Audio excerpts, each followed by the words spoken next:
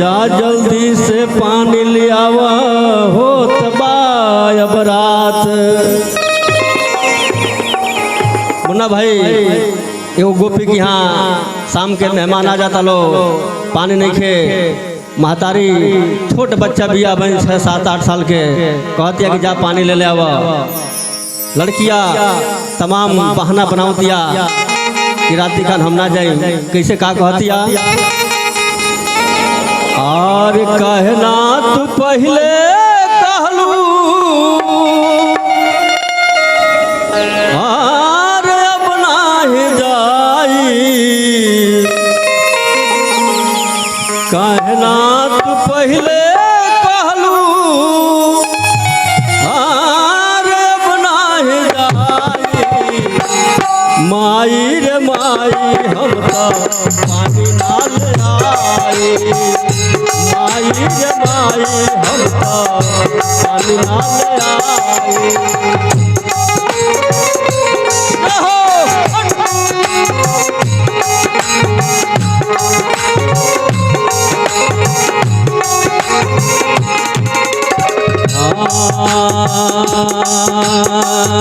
काहे नाथ पहले कहलू, काहे नाथ पहले कहलू अब नाही जाई।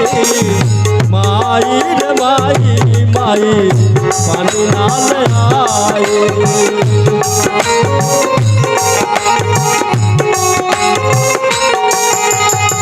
संतोष भाई मातरिया कहतिया काहे क्या बात हो, लड़कियां का कहतिया काली पानी भरे गई सुना मोर माई।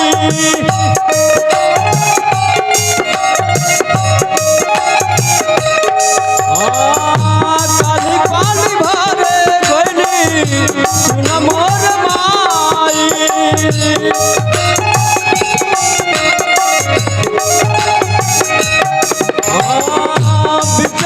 भेटा गईले कन्हैया हर जाई, कन्हैया हर जाई।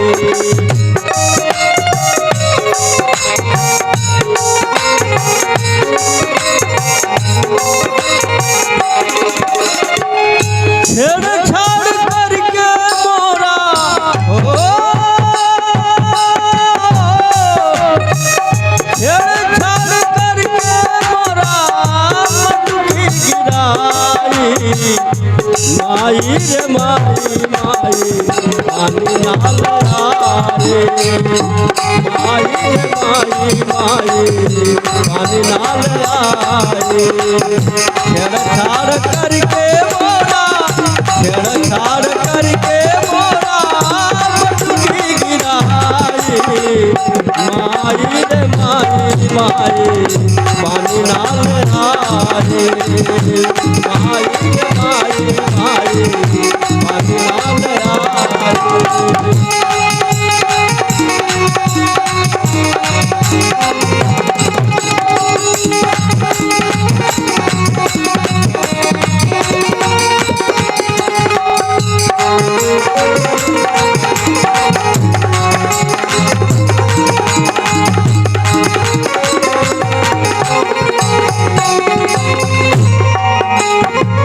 और लड़कियां का कहते संतोष भैया हम सिखुआर हमार छोटे बाबा दानिया।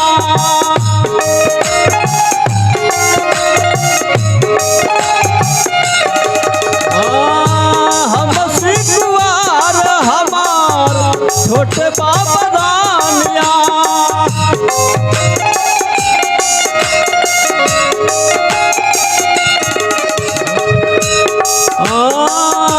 बार बार जाए से मैया होला परसानिया, होला परसानिया।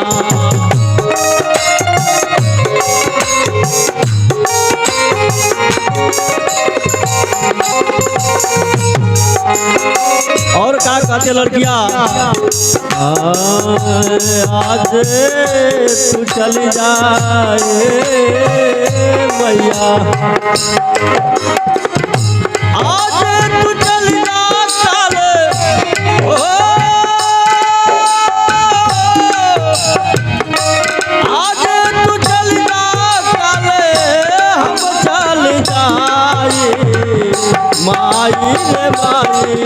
पानी नाल आई माई रे माई माई पानी नाल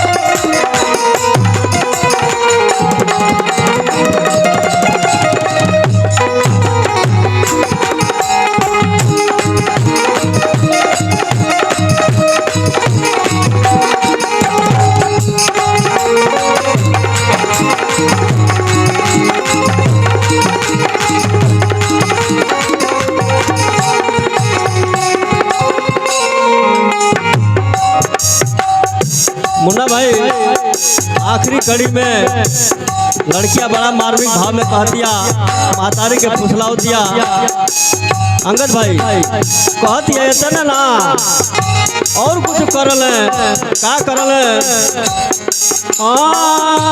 मीठे मीठे हमारा से उहो बतियावले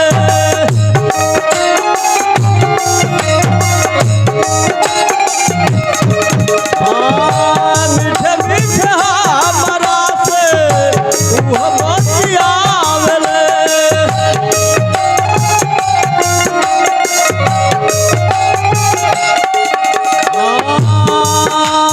प्रेमवा की जाल में शर्मा हमके फसावेले हमके फसावेले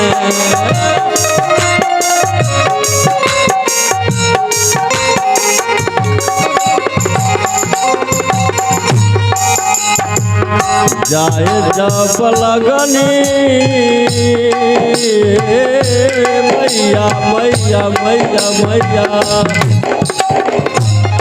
ओ जाए जब लगनी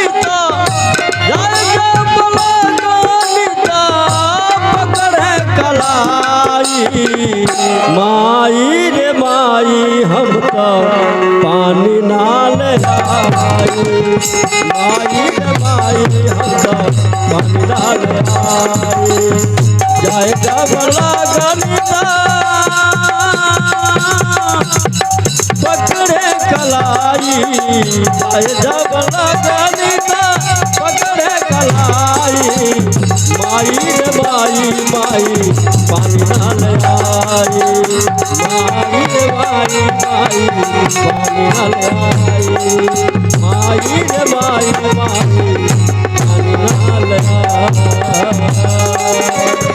माई रे माई माई पानी नाल आई माई रे माई माई पानी नाल आई